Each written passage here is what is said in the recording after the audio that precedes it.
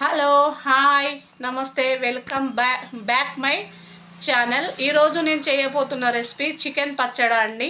నేను ఇంతకుముందు చికెన్ పచ్చడా రెడీ అయిన తర్వాత చూపించాను, ఎలా పెట్టుకోవాలో చూపించలేదు. నేను 1/2 kg బోన్లెస్ చికెన్ తీసుకున్నాను. ఇలా చిన్న చిన్న పీసులు చేసుకొని దీన్ని బాగా ఫ్రెష్గా కడిగి పెట్టుకోవాలి. ఇందులో ఫస్ట్ కొంచెం అల్లం వెల్లుల్లి పేస్టు వేసేసుకోవాలి.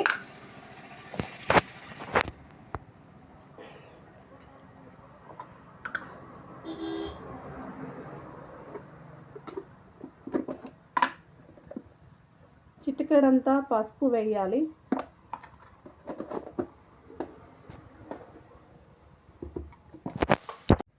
ఉప్పు కొంచెం ఎందులో తగినంత వేసేసుకోవాలి. వేసుకొని ఈ చికెన్ ఇలా మంచిగా కలిపేసుకుంటే దీనికి అల్లం వెల్లుల్లి పేస్టు, పసుపు, ఉప్పు బాగా కలుస్తుందండి. కలిసిన తర్వాత దీన్ని మనము గ్యాస్ పైన పెట్టేసుకుంటే దీని వాటర్ అంతా పోయిన తర్వాత మనం దీన్ని ఫ్రై చేసుకోవాలి. మళ్ళీ ఇందులో నేను చికెన్ పచ్చడిలో వేసే పదార్థాలు నేను చికెన్లో వేసే పదార్థాలు చూపిస్తానండి. నేను దాల్చిన చెక్క 3 తీసుకున్నాను, లవంగాలు 5 తీసుకున్నాను, ఇలాచీ ఒక 5 తీసుకున్నాను, సాజీరా కొంచెం తీసుకున్నానండి. మళ్ళీ 1 టేబుల్ స్పూన్ జీలకర్ర తీసుకున్నాను, 1 టేబుల్ స్పూన్ ఆవాలు తీసుకున్నాను, వెల్లుల్లి తగినంత తీసుకున్నాను, కొంచెం టేబుల్ స్పూన్ ధనియాలు తీసుకున్నాను, నిమ్మరసం తగినంత తీసుకున్నాను. ఇప్పుడు మనం ఇలా కలిపేసుకున్న చికెన్ని ఇందులో వేసేసుకోవాలి. ఒక 10 minutes ఇలా వేసేసుకొని ఇందులో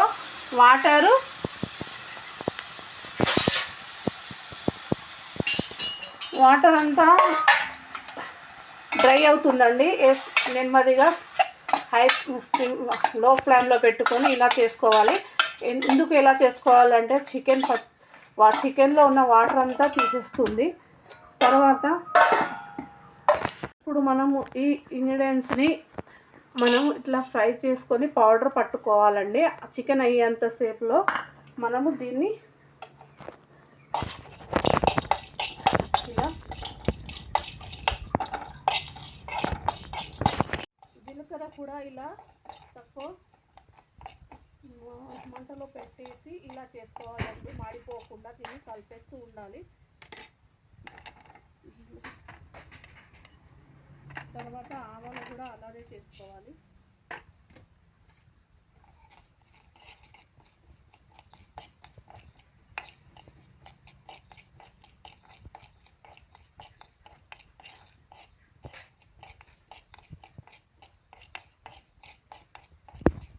ఆడేదాకా దీన్ని ఫ్రై చేసుకోవాలండి.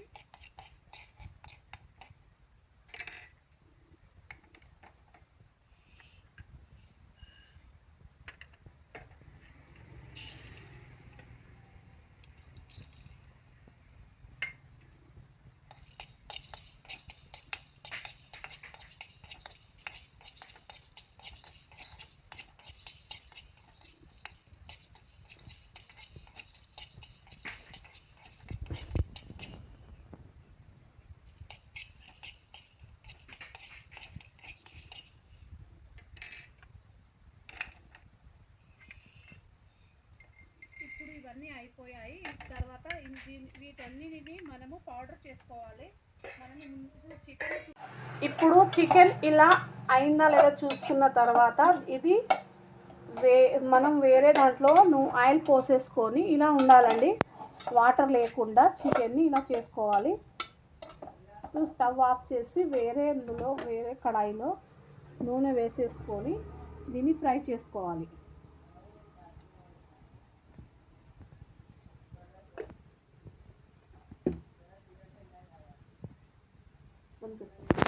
ఇప్పుడు నూనె వేడి అయిందండి. ఇందులో